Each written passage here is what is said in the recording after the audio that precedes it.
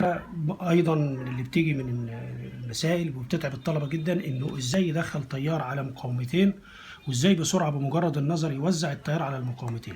فإما تشتغل بالقانون اللي قدام حضرتك ده، يا إما تشتغل بالطريقة اللي هي أنا هقولها دي. يعني مثلا عايز بسرعة تقول مثلا عندي 10 أمبير، عينك على المقاومات ممكن تتوزع بنسبة كام لكام؟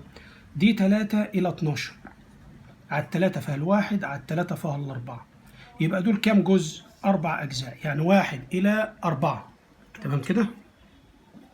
1 إلى 4 يعني مجموع الأجزاء 5. لو قسمت ال10 على ال5 هتبقى 10 و5 كام؟ 10 على 5 فيها الاتنين، يعني الجزء الواحد باتنين، الاتنين هتروح هنا، والأربعة في اتنين، والأربع أجزاء التانيين اللي هو قيمة الجزء في اتنين، يعني 4 في 2 هتروح هنا، يعني ده 8 وده 2. يعني أبو اللي عنده 4 هياخد كام أمبير؟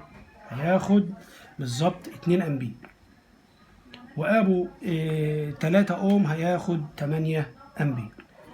طب افرض أنا معرفتش أعمل المعلومة دي بسرعة، يعني الكلام اللي أنا عملته ده لازم أعمله بمجرد النظر وبأسرع ما يمكن، بحيث ان انا اقلل الوقت اللي هاخده للمساله.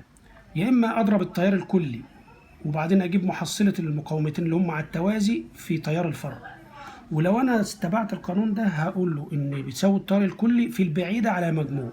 تعال نجرب كده التيار الكلي.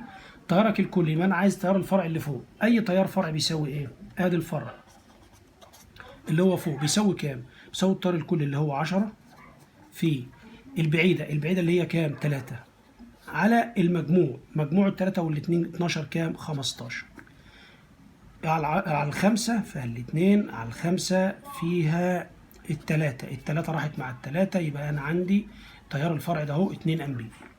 أدي طريقة. طب ممكن أجيب تيار الفرع التاني، ده الفرع الأولاني، الفرع التاني هيساوي كام؟ اضرب برضو العشرة في، قلنا البعيدة أنا بجيب تيار الفرع التاني، يبقى البعيدة بتاعتك ب 12 على مجموعك اللي هو كام؟ 15. على الخمسة فيها الاتنين، على الخمسة فيها التلاتة، على التلاتة فيها الواحد، على التلاتة فيها الأربعة، الاتنين في 4 ب8. يبقى ده عندك يا إما بالقانون ده يا إما بالقانون ده يا إما بطريقة التوزيع بتساعد توزيع النسبة. ده هي اسمها إيه؟ توزيع النسبة. وأشكركم.